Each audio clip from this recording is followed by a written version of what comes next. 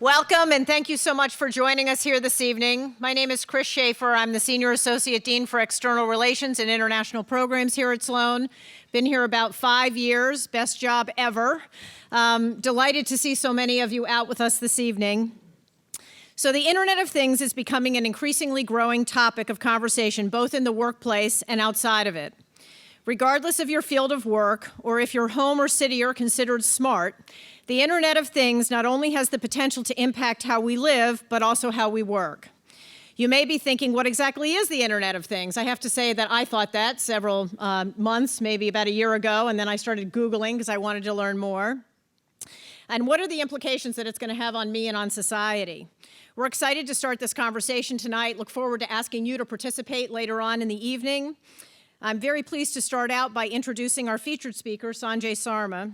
Sanjay is the Vice President for Open Learning and also leads the Office of Digital Learning at MIT. He oversees MIT OpenCourseware and the development and use of digital technology for on-campus teaching and massive open online courses. Sanjay will open the program with an overview of the Internet of Things, and then we'll introduce a panel of IoT experts who will help give us a first-hand glimpse into the impact IoT will have and has had and will have on us. Please join me in welcoming Sanjay.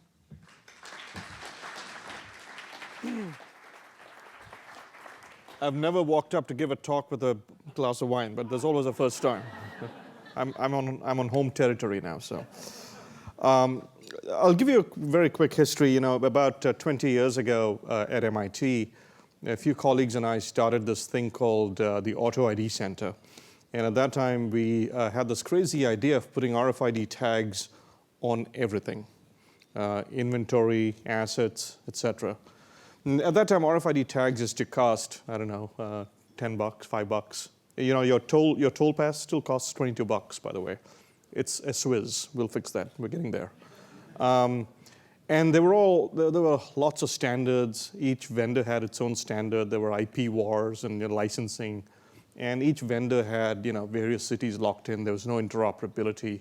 And because of that, all you could do with the tag was put it on your dash, pay $20 for it, and pay your toll fees. The crazy idea we had was, what if we could put RFID tags on a case of T-shirts, on a pallet, on a box of Wrigley's Spearmint chewing gum? And what if you could really track inventory around the supply chain? And that crazy idea, we launched it in 1998. We called it, at that time, initially the Distributed Intelligence Systems Center, DISC. It was somewhat prophetic, but also way ahead of its time. But eventually, the barcode guys came to us, and the barcode guys said, look, 25 years ago, so this was 1998, 25 years ago, we came to MIT and we said, will barcodes really solve the retail problem? And MIT told us yes, for at least 25 years. And the barcode gentleman, who passed away a few years ago, a dear friend, Alan Haberman, he looks at me and says, Sanjay, it's been 25 years. What's the next technology? And we've been working on RFID, and I said, well, I guess it's RFID. And so we signed up in short order about 100 companies, Walmart, Procter & Gamble, Gillette, et cetera, et cetera. And we started this crazy research project to take RFID tags, which cost $10 that time, and reduce them. At that time, I said 10 cents. And eventually, I upped the ante to 5 cents. The way we did it was we said, at that time, RFID tags used to put a lot of stuff on the tag. The tags had a lot of memory. They could play music. They could make coffee. I'm kidding. They didn't do that. But they had a lot of memory. They had a lot of functionality you didn't need.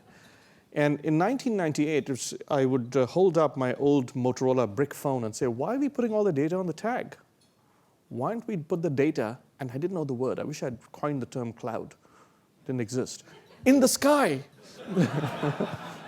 Yeah, because I was deeply I was working on the internet, but people just didn't believe that the internet would be everywhere on your cell phone. Readers would have them embedded, right? And that was the bet we made. We said, put only a license plate on the tag and put all the data in the sky. So what that does is it makes the tag really small and cheap. It doesn't consume a lot of power. And that created a virtuous cycle, because if the tag doesn't consume a lot of power, then the range goes up, Because remember, RFID tags, passive RFID tags have no batteries. They scavenge power from the reader. So the less power the tag uses, the more the range. The more the range, the more the applications. And that's how modern RFID took off, the Auto ID Center. And as I said, over the course of many years, we developed hardware standards, reader standards. Many of us lobbied around the world, got bans opened up in Europe, Japan, US. We use something called the ISM ban, South America, India. Over the course of the last 20 years, RFID has really taken off. Also we had cloud standards. We finally figured out we should call it the cloud because that term was taking off, cloud standards. But what we'd really done was connect physical objects to the internet. And people would say to us, why are you connecting physical objects to the internet? And a colleague of mine, not me, I'm not the marketing genius, Kevin Ashton said, why don't we just call it Internet of Things? And that was 1999. I had that marketing. I'm an engineer, I don't do this marketing crap. But then eventually when IoT started taking off, I was like, well, actually, no, we came up with that. Anyway, so that's how we got into this business. Over the last many years, I've done a lot of research, not just in RFID, but also in things like connected cars and connected, and there's a great, one of our speakers today will talk about that, and panelists, connected wearables, connected homes, connected factories, and so on. So I'm sort of deeply invested in that. Last year, there was 7 billion EPC tags, electronic product tags, in the world. And those are tags, the word EPC was made up by one of us, I'm not sure which, in the shower one morning. We weren't in the shower together, by the way. But I remember one day we said, let's just call it EPC, electronic product code, came from UPC. We said, and so today, if you go to a Macy's, if you go to a Lord & Taylor, I was at a Lens Crafters in Burlington getting these very glasses this last weekend. And all the Lens Crafters glasses are EPC tagged. As it turned out, it was a company I'd founded which got acquired. One of my employees was doing the tagging, which was a whole wonderful thing. So that is sort of where my history comes from. I started with RFID, and IoT is really taking off. I work with governments around the world. I work with companies around the world on IoT. And I'll now sort of end with a statement or a sort of a discussion which I'd like to tee off, and I've requested our speakers to talk about this as well. What is IoT really? What is the Internet of Things? I would say IoT is not a technology. It's not something you can buy. Can you buy IoT? It's sort of like, can you buy happiness? No, right? You can't buy IoT. Is it a platform? Not really. There isn't an IoT platform that you can sort of acquire and implement. There's actually hundreds of platforms. What is IoT really? So in order to position that, I've been thinking about it a lot recently. And I came, the other day I was talking to my 13-year-old. And I heard her say to a friend, I will WhatsApp my location to you. Okay. She said, I will WhatsApp my location to you. She's saying to a friend, another 13-year-old, a boy down the street, which bothers me, but that's all of the story. Okay. So I thought back to 1990 when I was at Carnegie Mellon University. And imagine if someone had said to me, I will WhatsApp my location to you. And then I'd be like, what the hell does that mean, right? And they would have to explain to me. And this is what they would have to say to me. One day, in about 15, 20 years, 25 years, everyone will have this thing called a cell phone. Everyone. One day, all those cell phones will have internet connectivity, data, high bandwidth. One day, there'll be these things called social networks, Facebook, WhatsApp, and everyone will have it, pretty much. And if you're not cool. If you don't, I'm sorry. Okay? One day, GPS, which in those days used to be these big clunky things, will be miniaturized and will go on into every phone. One day, the antenna will be shrunk. One day, the batteries will be so powerful, and the power consumption of GPS and CPU and the data parts of it will be so low that the batteries can power it for a whole day. One day, the world's maps will be on your phone. Right? Those are the things you would have to explain to me in 1990. for me to sort of anticipate that in 2016, my kid can say, well, I will WhatsApp my location to you, right? Just 6 words. I mean, no, 7 words. I mean, that's all. I mean, there's so much history in that. So what is IoT really? IoT to me is not a technology. It is a new design language. It is about sensing, it's about actuation, it's about controls, it's about connectivity, it's about cloud, but it is an enablement of an entirely new way of thinking. Just as I will WhatsApp my location to you is an entirely new way of thinking. And it's sort of like write your dream here, make up words, and write a vision. We'll probably achieve it. That's really what IoT is, right? This morning, I had to wake up at 3 a.m. to drop that same 13-year-old at school at 3 a.m. because they're going on a trip to DC. Take the bus in Lexington, from Lexington High to middle school to the airport, and they're going to fly to DC. She hasn't WhatsApped me her location, by the way. But I watched her workflow in the morning. She came running down because she was late. We have an Amazon Echo. As she was running by the Amazon Echo, she said, "What's the temperature in Washington, D.C.? Alexa, what's the temperature in Washington, D.C.?" And then she got to the shoe cabinet, where we also keep our jackets.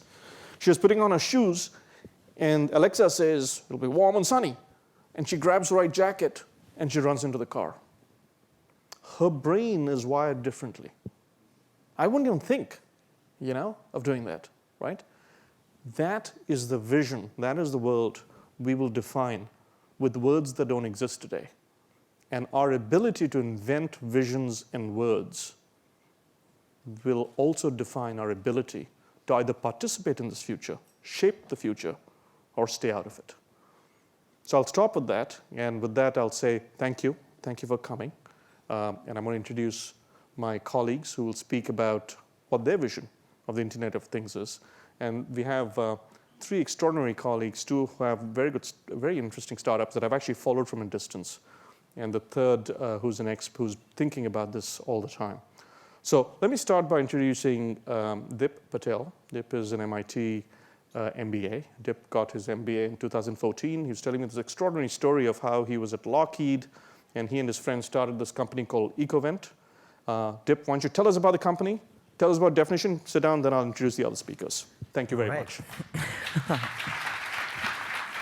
Nice. All right.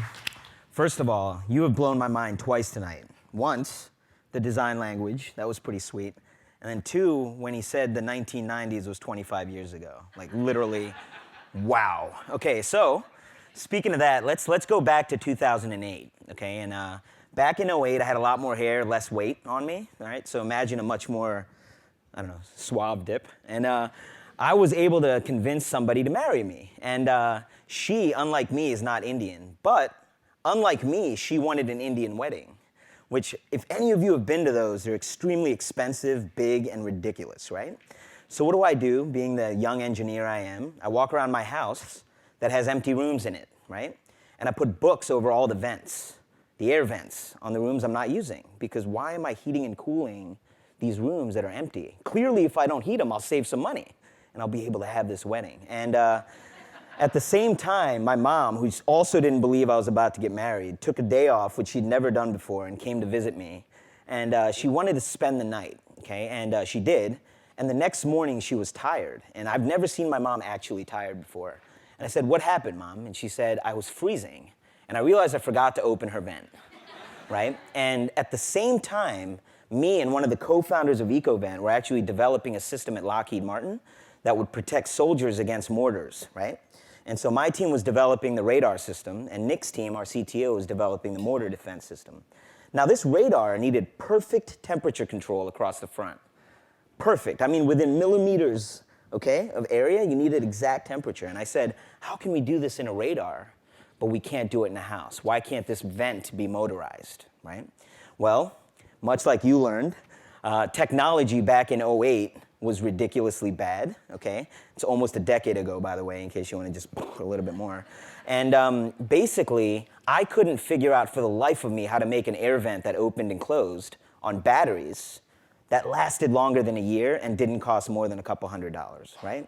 So I put the idea on ice, and I continued my career at Lockheed. I got really lucky there. I got to work on a lot of cool stuff. My last job, I was working on a think tank of sorts for the next generation submarine weapon systems. And what we were looking at is how can we take the technology that has been highly commoditized by the cell phone to now apply into military tech. And I said, wait a minute, EcoVent's gonna happen. This is amazing. And luckily I had a mentor at Lockheed that let me quit and helped me get into MIT, where I came here, met amazing co-founders, was put into this environment that would actually make me think I was crazy enough to make this happen, and I got to start EcoVent. And what EcoVent is this system of stuff, okay? You have these air vents. So think about air vents in your house. There's a couple in these buildings. You know, a lot of homes in this country have 1 or 2 thermostats on the wall, and you kind of set it and you hope your rooms are comfortable, right? Before bed, you go to the thermostat and change it again. And then Nest came out, and now all of a sudden you can change it on your phone, and that's worth $3 billion. It's like, wait a minute. That's Internet of Things, right? Holy crap. Anyway, that's a different topic. But to me, I was like, how can we take one thermostat that's like having a single light switch for all the lights, or one tap for all the showers in your house, and instead distribute it, right? Create room by room control. And so what we did was we created these air vents that would open and close. We created these little sensors that you just plug right into the wall, and they literally unlock the house the way that our radars unlock the battlefield at Lockheed. And what our system can do is in less than a couple hours let anybody who has any single home with a single thermostat or 2 thermostats or whatever now get room by room temperature control. And all you have to do is replace the air vents with ours. They last 3 to 5 years on a couple or 4 AA batteries, which is pretty cool. Plug the sensors into the wall, you hit go, the system figures everything out about your house. Do you have a townhouse that has a huge staircase, so it's really hot on the top, right? Do you have a big, tiny, gigantic house and your kids have left for college? You got a new kid with a nursery?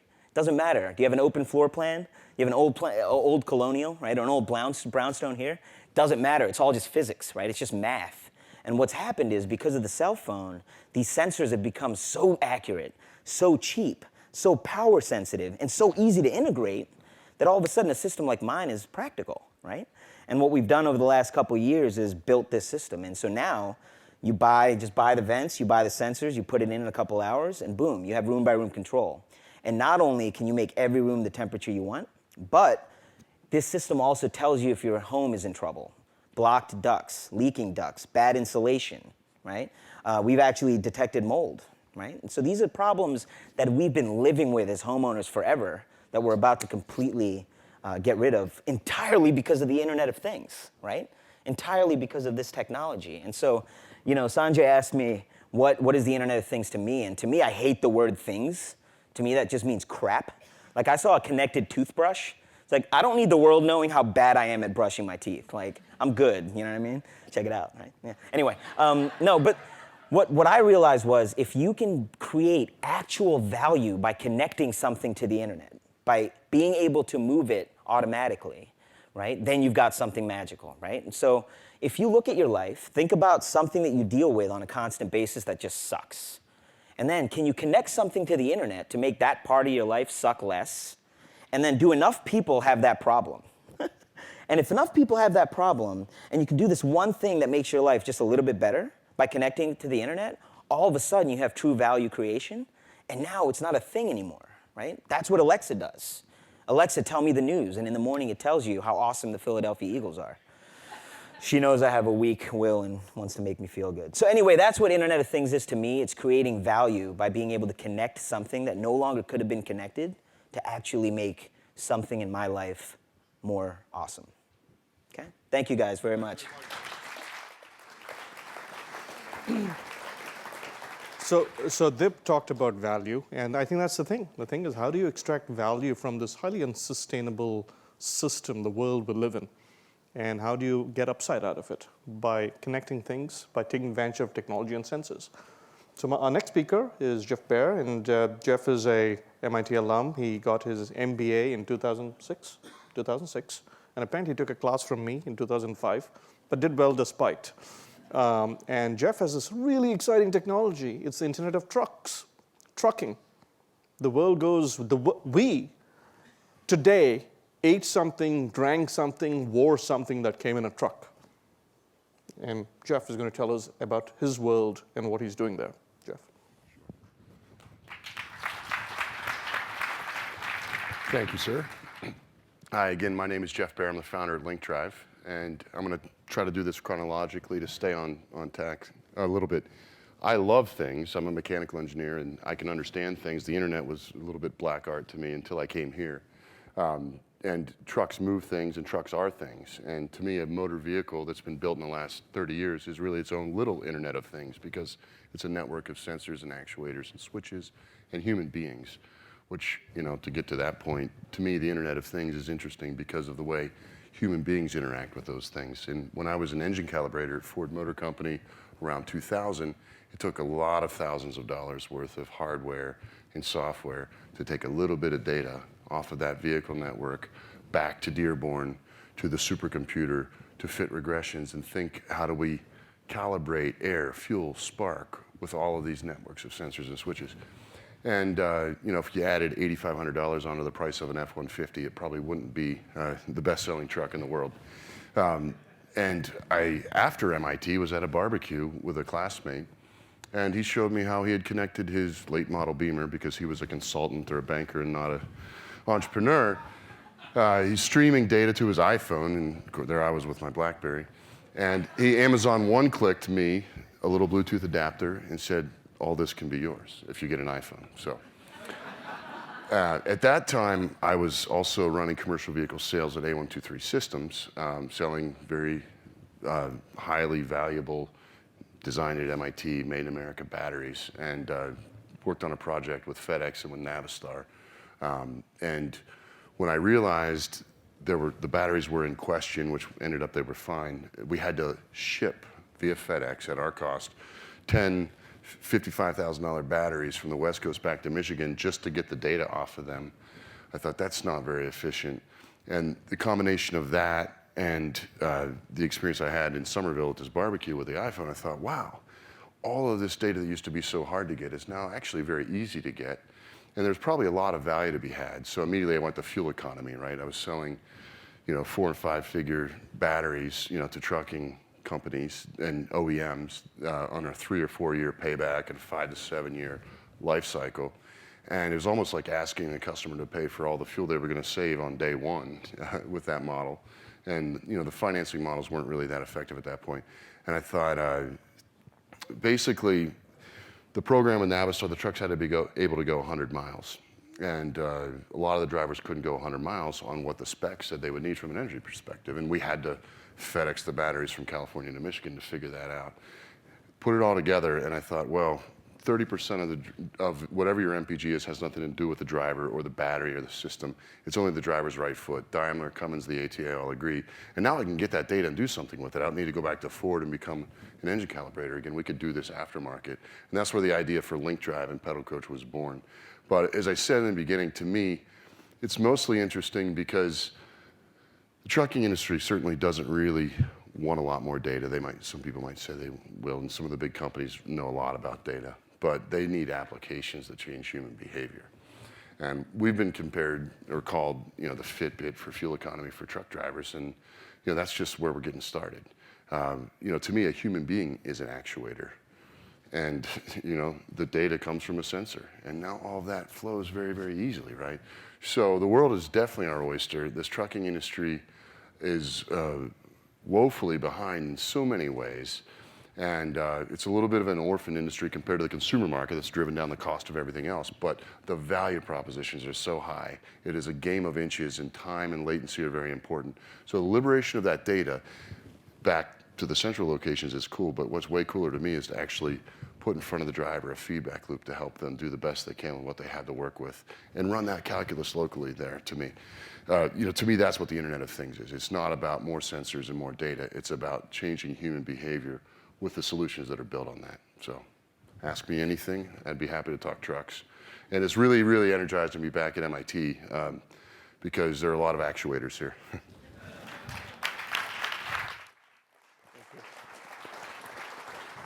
Thanks very much, Jeff. Our last speaker is Frank Gillette, and Frank got 2 masters here for reasons that he tried to explain to me and I don't really understand. One in '92 and one in '93. Got his MBA in '93. Which is a long time ago, Frank. Yeah. 23 years ago? Yeah, when I looked at the badges, I'm like, I'm the old guy. Anyway, Frank works at Forrester, and I drive by Forrester, I meet a bunch of your folks at Alewife. They're constantly at the Starbucks in Alewife, and they're constantly thinking about how do you parse the space? What do you tell your customers? What is it? What is Internet of Things? How is a cell phone different from a smartphone, right? From an Apple Watch, from a smartwatch. And so I'm going to ask Frank, maybe you can tell us what you really think the vocabulary and the syntax of this new design language might be, if in fact you agree with it. All right, thank you.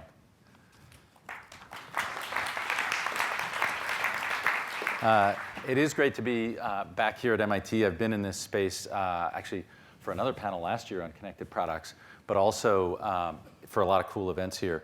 I too started out as a mechanical engineer, and I found myself immediately asking questions like, not just why did that break in my failure analysis and prevention class, but what were the consequences? And that curiosity after a stint in manufacturing led me to say, how do you study the context, the policy, the strategy around technology? So I ended up at MIT in 1989 in the technology and policy program, trying to figure out how to talk to techies and fuzzies at the same time in language they both understood. And I quickly figured out there was a third language. You need the techies, the fuzzies, and the business language.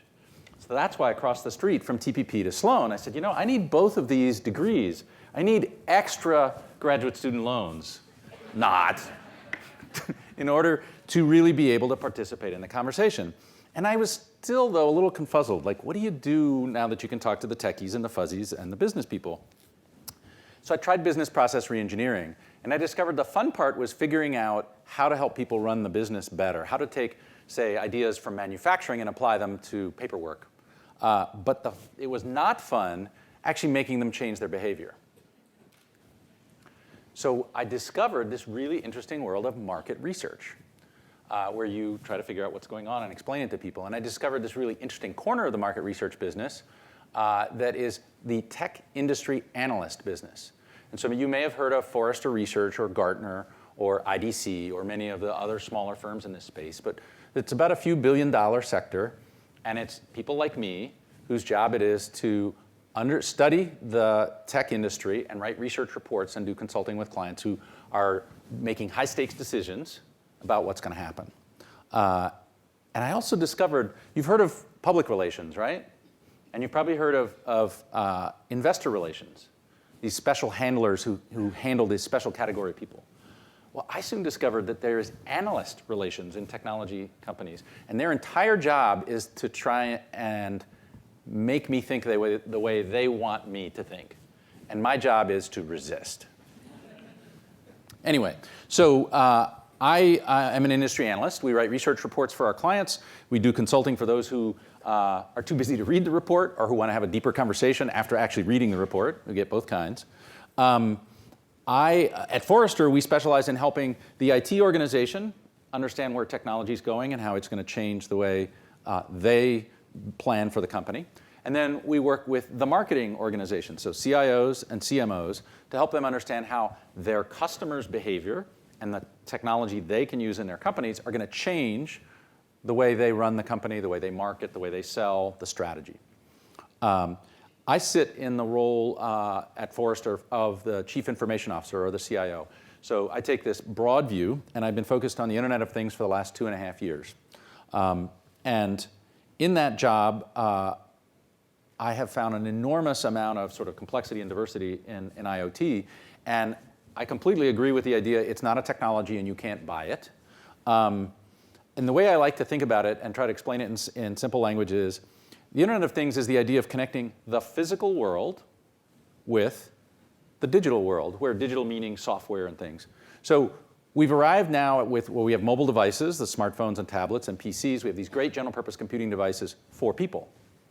So the Internet of Things is the beginning of applying those digital technologies to things, not people. And the way I like to say it is, the IoT enables you to answer at least one, if not all three of these questions. What is it? You're looking at an object. So identity of the object. Hopefully, identity of that unique specific object, not just the category of object. So a UPC barcode, for example, just tells you that it's a box of macaroni and cheese. Doesn't tell you that it's box 342 made on such and such a date.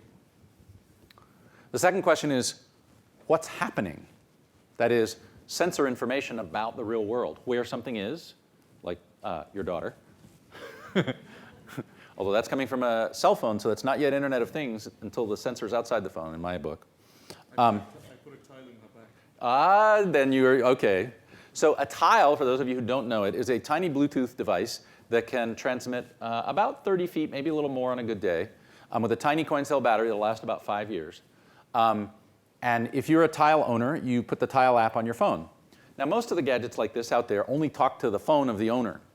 Tile said, let's crowdsource this. So every tile can talk to every tile app on any smartphone.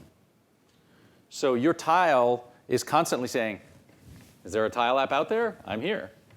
And so if you say, where's my tile? The tile network will tell you the last place it saw the tile.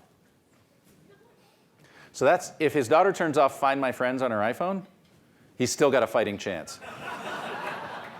Because he's now using the Internet of Things to answer the question, what's happening, as in this case, where was my tile a little while ago? OK, third question. And the what's happening, there's so many dimensions. Anything that you can detect with a sensor and then send over the network. Because, of course, hidden in that simple statement, connecting physical and digital worlds, is there's got to be network connectivity somewhere. There's probably a radio. Maybe it's wired, often a radio.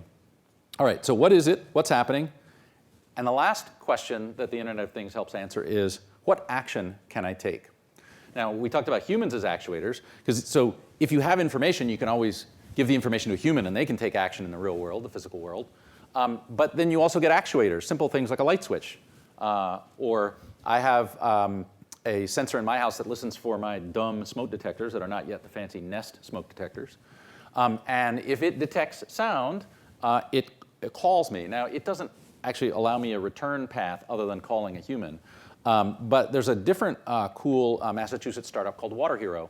And their return path, if it notifies you have a damaging water leak, because they're listening to your sensor, your water meter, is they can close your water valve and stop the leak. So the what action can I take is the actuator. So an automated actuator that lets you send some change back into the physical world. So that's the way I think about it. I will elaborate more as we talk. There's a lot of ways to break down the Internet of Things. But the takeaway should be not a technology, but a really interesting way to use all these digital technologies to connect the physical and digital worlds and begin to get more information and take better actions. Thank you very much. Thank you.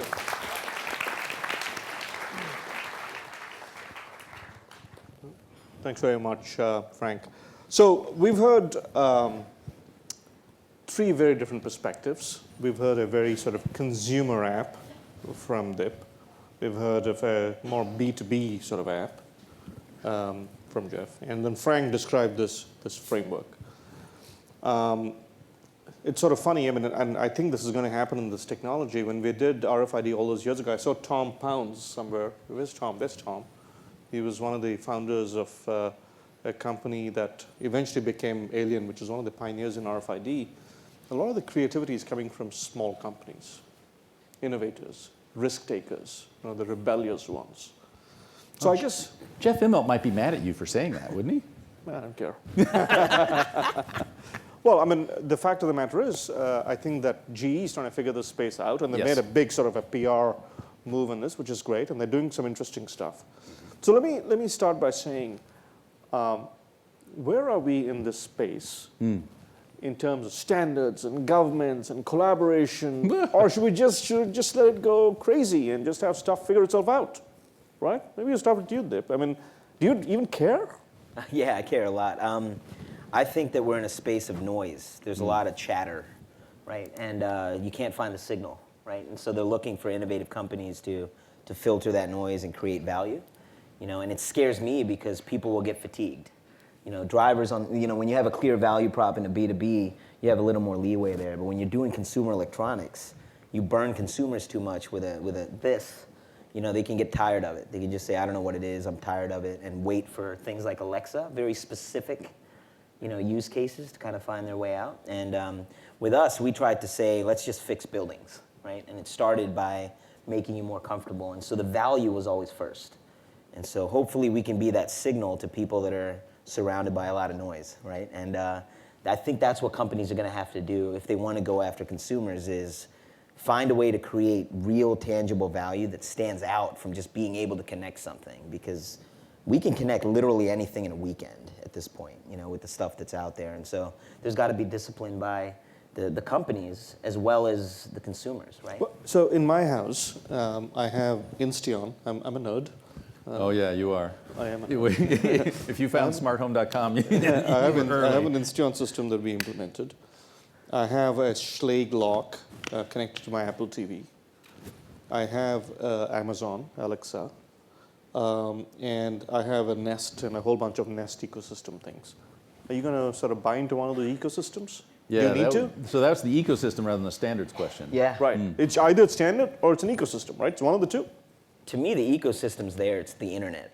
Everyone's trying to subsector it into thread and weave and all these HomeKit, but the idea is all of this stuff still goes to the internet, and so the ecosystem's the internet, the interaction, right? Now, you have a door lock that talks to your TV, and that's cool, but what I want is a door lock that talks to my phone, right? So when I'm not home, I can see what's going on, or I can unlock it, right? And so to me, it's people are starting to use interoperability as a value prop, even though the interoperability is more just like, oh, look, we can connect these two things together now. Now they're interoperable. There's really, what you want is true value, right? You want to know when somebody comes to your door, is this a friendly or not? Is this UPS? Cool, open the mailbox. I always hold a gun when I open my door just to be safe. There you go, right? And so it's scary to me because people are starting to tie into platforms more than they are the actual value that those platforms deliver, right? And people are going to now start saying, well, are you interoperable with this, without really worrying about why is it you want interoperability, right? And so again, it comes down to what part of your life is just tedious and you don't want to deal with, and how can this stuff you're buying make that stuff less tedious? Jeff, do you even care? You're providing a service. Do you care about interoperability, standards, ecosystems? Not particularly, but we certainly benefit from the foresight of the Society of Automotive Engineers, who decades ago, published standards for the way within that vehicle network. The OBD CAN bus standards. Exactly, and that is a very, very tight network. It doesn't drop packets. Everything gets where it needs to be. It is one of the most reliable networks I've ever seen within the vehicle. Right now we operate but it's not outside. an internet network at all, is it? Not yet, right? To me, I think the advantages of open architecture and crowdsourcing of development far outweigh any of the disadvantages of proprietary networks. And so we build everything with that open mind to begin with, and then we work the security out as we go. And within that vehicle, though, if you're going to exchange vehicle speed, for example, as a parameter of data, it doesn't matter if it's a Freightliner truck or a Daimler truck out of Germany or frankly, a Honda car. It has to be in the same location, exchanged the same way, and that works really, really well. What's funny is the aftermarket didn't have any of that discipline.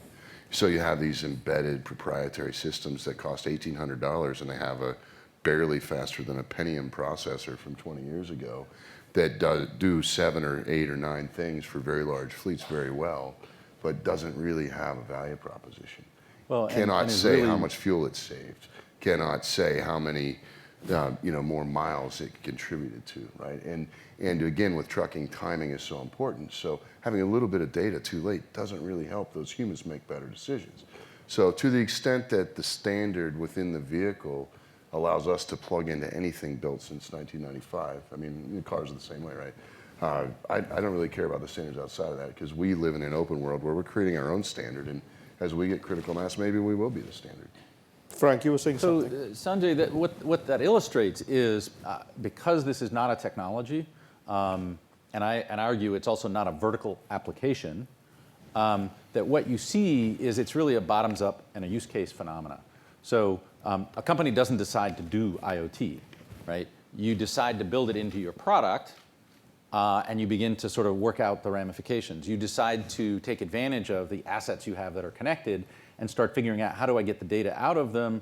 What can I do with that? Oh, I need to combine data from asset A, the assembly line, with asset B, say the forklift, asset C, the inventory information from the warehouse. and start combining that at the application level. So we see a wide variety of standards that have evolved around specific use cases, and then we see some battles and some emerging standards groups that are trying to say, well, let's normalize, say, radios in the home. And so you have Zigbee, Z-Wave, the Thread guys, and it's like, the consumers aren't... 6LoWPAN, that's Thread, that's the same as Thread. Oh, now you're going to get techie on me. But the consumers aren't going to understand that, right? They're looking for simple things like, works with Apple HomeKit or works with Nest. What I see in the smart home is the fallacy that there's going to be one smart home solution. Now, there may be an ecosystem, but I frankly think your door locks don't need to talk to your crock pot. There's not a good connection between those two, is there? Anybody? Okay. No. So, I think no. right. So in the work that I've done for our clients, I've argued just to take the smart home as an example for a minute, there's the background automation convenience things like EcoVent, like door locks. Basically, if things are working right, don't bother me. Just make my life easier. And then there's these fun foreground engaging things like help me take care of my kids, my parents, help me make dinner in a more easy or fun way. Hopefully you're on the fun part of cooking rather than the automation part of cooking, because that's really, you don't need the Internet of Things for that. It's just freeze-dried stuff. So when I look at it, I see at least a dozen sectors in the smart home that don't necessarily need to talk to each other very much. On the automation convenience side, there's a cluster of things around utility and resource consumption, so managing my energy and comfort. And there's a cluster of things around sort of safety monitoring. Let me know if I've got termites or smoke or water leaks. Otherwise, stay out of my hair. And then there's a bunch of fun and entertaining things. When we switch and look at industry, we see these applications. Now, in your case, you've got this very specific thing about helping drivers and efficiency. But it turns out if you step back, there's a broad category of things around asset management, help me utilize my assets, trucks or forklifts more efficiently, and preventive maintenance and efficient operation. And some of those things, when you start looking at the software layer, the application, the logic's similar. But when I get to the point of how do I instrument the truck, well, now I got to know about onboard diagnostic, OBD ports, and the CAN bus. I can't remember what the CAN stands for. Controller Area Network. Thank you. That's inside the vehicles. And that's going to be different when I'm doing it on a manufacturing line or an oil rig. Yeah. But the software logic that you were fooling with at Lockheed about figuring out temperature control, for the person who knows the math, the problems look very similar. Yeah. So the solutions end up looking vertical, but the back-end software, the digital part, is common across many use cases, even though people don't really realize it. Agreed. So we're going to, one of the things we sort of determined earlier was we'd like to go to Q&A very quickly. So if you have questions, if you could just put your hand up. I think we have a mic going around. Well, then, Yeah, we have a quick, okay. I'll volunteer my Twitter account, too. If anybody wants to tweet at Frank Gillette, Gillett. Shave the E off the end, take all the money, and you've got me. Frank Gillette without the E. Yeah. But we have some questions. And then I have another question, which I'll ask you after the first question. Hi, thank you. Thank you all. Are there, well, 2 points I'd like to make. One is, are there integrations with technology that we haven't imagined yet? For example, leaving your house with a internet-connected door lock may remind you that you wanted to run the dishwasher or have you turn the coffee off. Those devices may also be electronic and be able to forewarn you. A lot of consumers, I hear, are worried about this interconnectivity. That who's going to start making decisions for me? Will you start making decisions over the power grid that I only deserve X amount of heat, or I deserve more heat because I am in a higher socioeconomic zone than a lower? So what kind of impact is the interconnectivity going to have on society in general? The second point is, I'm technology affine, so I'll take a lot of risks. My wife doesn't like it at all. She says, most women will get jewelry. I get technology. What's going on here? The one thing that changed her mind was the Palm Pilot, which was easy. It was the first time she didn't have to wait for it to boot. She was able to keep her information there. So certain technology she likes and certain things she doesn't.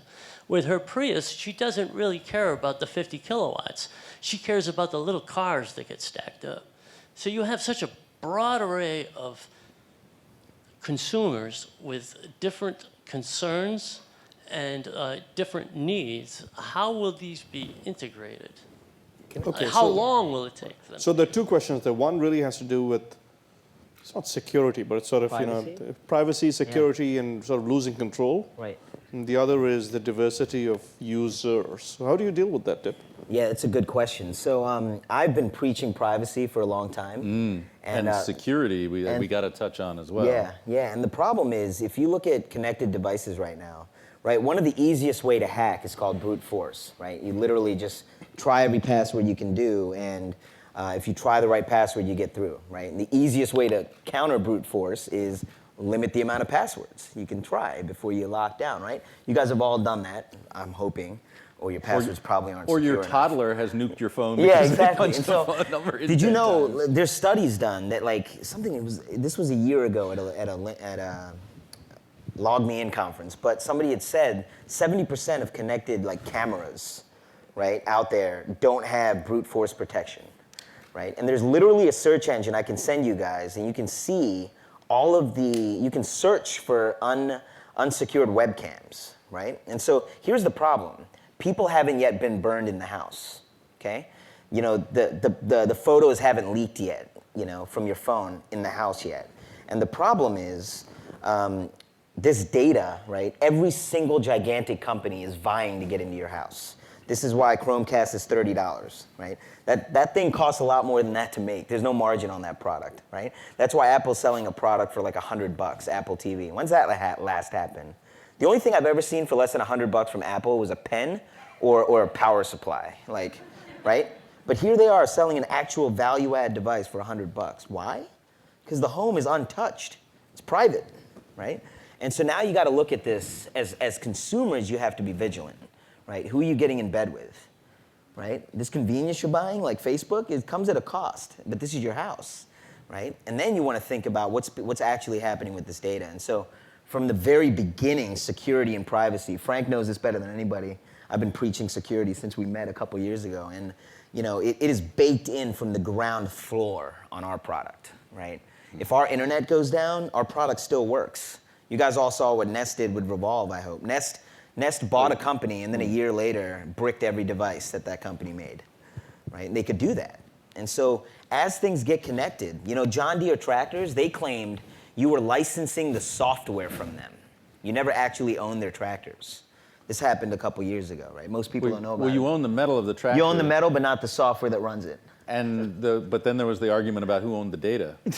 Right? And so it becomes a lot of messy stuff because a lot of people are trying to create and collect this data because there's perceived value. It's like potential energy, but no one knows how to make it kinetic yet, right? Yeah, right. Well, there's the data is the new oil argument. But Dip, I would caution, it's one thing to attribute, say, to a Facebook or a Google that clearly makes makes money off personal information. But I can hear the Apple attack dogs coming because they really emphasize they don't want to make any money off your data. And so you really have to look at the business model of the company. Are they in fact subsidizing something, or in fact is all the value right there in the upfront transaction of buying the device, like the Leo device? Do you believe that Apple doesn't want to make money on your data? Well, they're going to be really, really embarrassed. It's going to be worse than the Volkswagen scandal if, in fact, it turns out. I think they're actually incapable. I think they really don't know how to make money off data. I think that's a better difference. That's awesome. Well, what that I makes see, me feel good, actually. Well, what I see right now is they're actually crippling their ability to improve user experience because they're trying so hard not to look at your data. I agree with that. Jeff, security. Cool. You saw there was the thing about the car being hacked and so on. Sure. If you're on the OBD network, if you're on the CAN bus, I can drop some packets in there. Right. I can hit the ABS. There's no security in CAN bus. OBD2, still a pretty archaic standard. For the audience, let's just explain that onboard diagnostic port is where, when you go in for the every 1 or 2 year inspection, that's where the mechanic plugs in to talk to the car and pull the information off. And what you see probably in trucks and certainly in cars is you can plug in a little gadget there that will talk to your smartphone. And by the way, they ask the car, they say, how are you doing? And the car says, I'm doing good. They charge you $30 and give you a report saying that. So, Well, for us, it's the, the network adapter we use. We can't go down to the ECU with anything. We can only pull from it. So you're In a your read device. only? You can't right now, message yeah, back in? right now. But it's going to change. You're the good No, guys. and the you know. manufacturers, the truck manufacturers, the OEMs are the ones that are driving the over-the-air updates Right. to the software. And so they're working through that problem right now. And I think, frankly, in 5 years, they'll have to open up that data, and we might not even need a plug-in network adapter anymore, because they'll secure it. And they have the burden of approving the emissions for the life of the vehicle. Yeah, I mean, there's a movement now. I was in Dubai a couple of months ago. There's a movement that you should be able to get your car inspected without going to an inspection. It's the e-inspection concept. You should be able to go to the cloud, log into your car, Tesla, for example, right? You can log into your car and say, inspection, print report, done. Yeah, pay yourself $30. Startup idea. Somebody build that. Come on. So there was a question back there. There's another question. Yeah. There's a mic coming up. Yeah. There's been this thing on NPR about traffic problems in Boston. And I've been wondering, there's an awful lot of people out there who already have the Mass Turnpike. I think it's called the Easy Pass. And is there some way to transform that? Because people would, they already have it, so getting them to buy into the idea and to give them some additional information that would help them manage their driving to minimize the traffic jams. Because Waze is a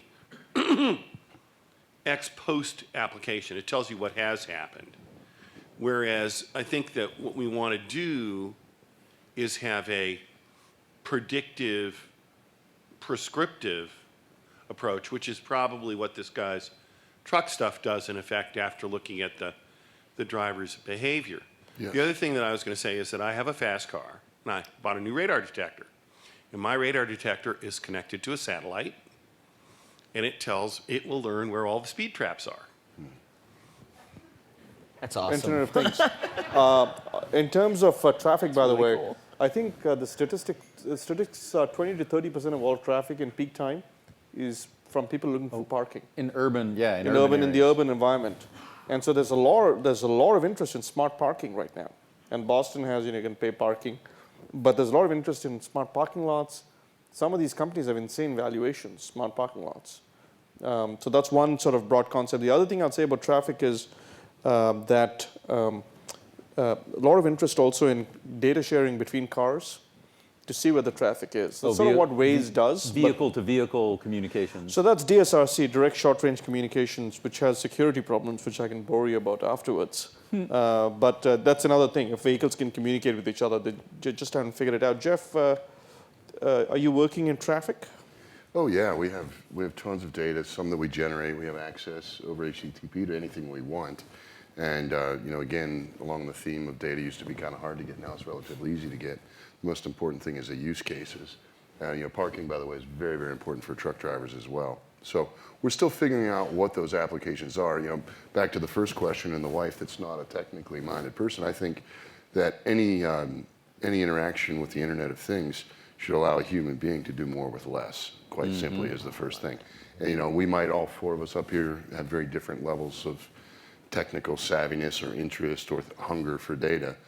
And we probably have our own setups around how to do that. And I described in the beginning how I just abandoned Evernote finally because it went from, saving me time to being really confusing, and it no longer gave me that value that I needed. I'm not, I love the product Evernote. It's just no longer something that helps me do more with less. And I think, any application, whether it's to a technically savvy person or a, first-time texter, it's got to help people do more with less. So actually, I'm going to use that as a cue. The thing that I've become a huge fan of the Amazon Echo. If you haven't used it, you have to try it. And the ads are very funny too. The Super Bowl ad was hilarious. But it's actually amazing. The voice interface and the speakers and the microphones are amazing. Which brings me to the question of GUI, UX, the user experience, which includes security, which includes privacy, which includes the workflow. How do you handle that, Dip? Simple, and simple is very hard, right? It's I'll give you a perfect example. A lot of people in the company, and some of my team is here, we'll talk about scheduling. This concept of, setting a schedule of when I go to bed, so set the room this temperature and then warm it up when I wake up, right? And for us, it's all about how can you make that really simple, right? And the problem with scheduling is most of us don't use it because as soon as we vary, we turn it off, right? And it's like, I'm not going to bed at 5 o'clock, whatever time it was, and who goes to bed at 5, all right? 5 a.m., all right, I'm fun like that. No, but the point is, for us, it really had to do with because you have so much context, so much control, so much now connectivity and new data, it's really easy to overcomplicate what it is you're providing, right? And it all comes down to, just like your daughter did, Alexa, what's the temperature in DC, right? She didn't have to say, Alexa, what is the Fahrenheit temperature of Washington, DC in the United States tomorrow morning, right?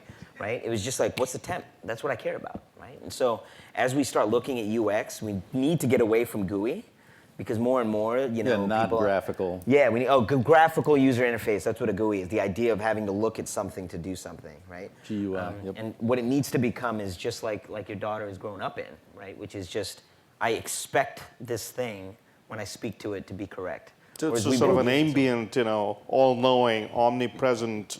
Well, but Well, I don't know about that. well, come on. Let's not fixate on just the voice interface. Right.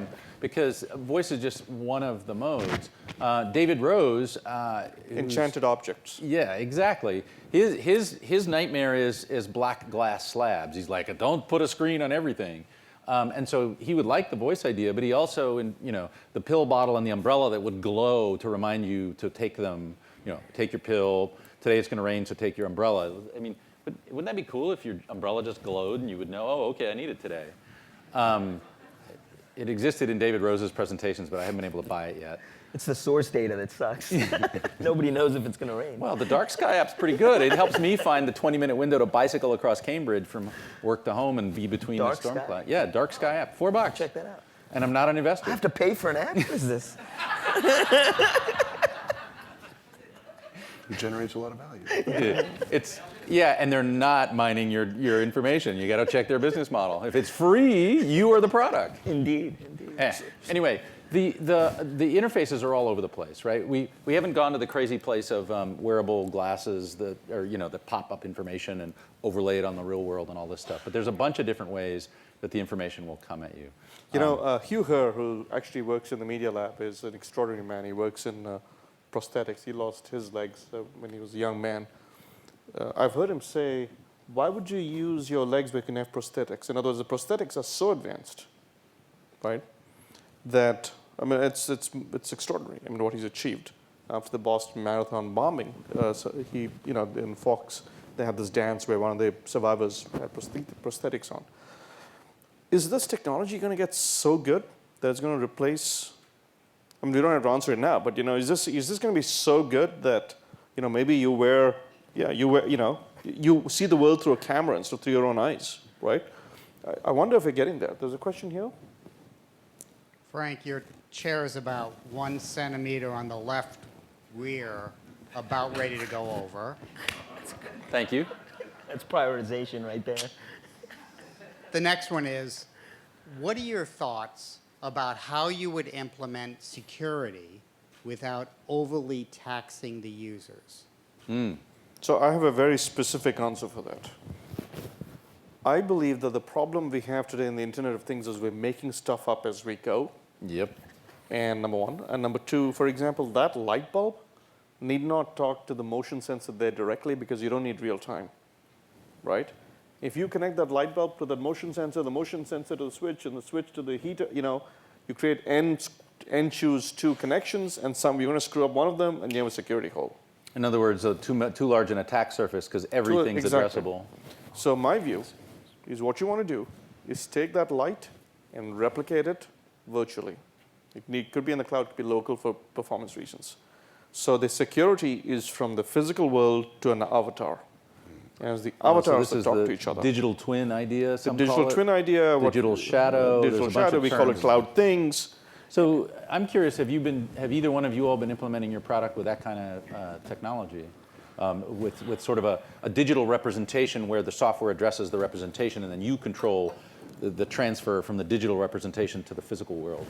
It happens, but not. There's one extra step there.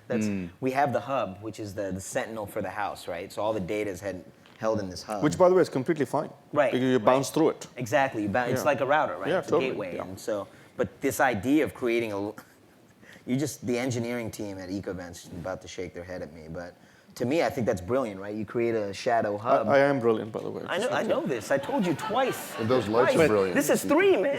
Oh, come on! I should get it. But now we've gone to half the Sloanies followed us, the ones who were techies, and maybe half of the audience didn't. Yeah. We went real techie on us. So the idea is instead, like, imagine there was a little shadow dip who would eat every food before I ate it, and if the food was poisoned, that shadow dip would croak. But and you would know not to send it to And the I would real know dip. not to send it to the real dip, right? So that's kind of what we're creating, right? Yeah, I mean, I think the thing is we know how to go point-to-point secure, and software interfaces are much more malleable than hardware interfaces. So when you commission something, you just say, I have a virtual twin, and I'm just going to those things up. So this is one of the dozen benefits or ways in which we identified that the Internet of Things changes customer engagement. You can upgrade a physical product after you ship it, right? In the way that Tesla added Super Cruise or whatever they call it to guide the car on the highway after you bought it. Although my brother, unfortunately, didn't buy the parking sensors, which were disguised as parking sensors, which you needed in order to do Super Cruise. So no Super Cruise for him because he didn't buy the physical sensors. And those you can't send over the air to the car. So look, we've arrived at 8:15. I promised that we would end around 8:15. I just maybe say one final thing, which is that how many of you have heard or seen an Amazon Dash? Oh, Dash. You have to explain what it is. Well, Yeah, maybe why don't you explain it? So before the Echo, Dash came out, and it's a simple button with the name of a product on it, like Tide. And when you need more of the product, you smack the button. That's it. And you've done a one-click order when you hit the button. You can buy them. They have them for like 50 products now. And I believe they're like $5, and if you're an Amazon Prime member, you get a $5 rebate. That's right. And so we buy the Dash because we don't use it to buy Tide. We hack the Dash, but it's a very inexpensive button. Okay? Oh, so what does With a it do Bluetooth now? connection. Well, we can doorbells. We can turn to all sorts of things. There's a whole aftermarket. This is your industry. lab or your family? My lab. Okay, just My checking. family's in there. We'll get there. But here's the thing. The next time you buy a washing machine, maybe it'll come just like your Verizon phone, your your iPhone comes with a Verizon contract. Maybe your Samsung washing machine will come with a 10-year contract with Tide. Built into the price? Who knows? So I've already talked to a soap maker that is talking to There an you go. appliance maker who is building a fun replenishment combo, in. huh? Right. But what'll be interesting to see is if it's Butcher, tied to baker. one brand of soap or Who not. knows, So that's the world we're all sort of careening towards. Well- and it's a world we should know, right? Well, the question in my mind is, are you going to actually buy the clothes washer, or are you going to pay per load? Exactly. Right. Is it Ty going to buy the washer for us? Exactly. Yes, well, that's where I'm going is, That's where it's going. By the way, GE did that years ago. GE has stopped selling engines. They would sell flights. I mean, they would, they would or sort flight of hours. Flight hours. So- Rolls-Royce, yeah. Right. So Zipcar, founded by a Sloan alum. Robin Chase. Yep, Robin Chase, one of my neighbors here in Cambridge, changed from car ownership to it's $10 an hour, insurance, gas, everything included. And that kind of product as a service is really the ultimate place. The glasses maybe someday, but the whole rethinking of who owns and manages assets and how they get paid for is, to me, one of the profound things that can come out of the Internet of Things. So in conclusion, I just think that we think of this as technology, high tech, connecting light bulbs, but it may be a pretty fundamental rewriting of the rules of business as we take them today. So with that, ladies and gentlemen, I'd like to thank our extraordinary panelists. Thank you very much. Very electric conversation. And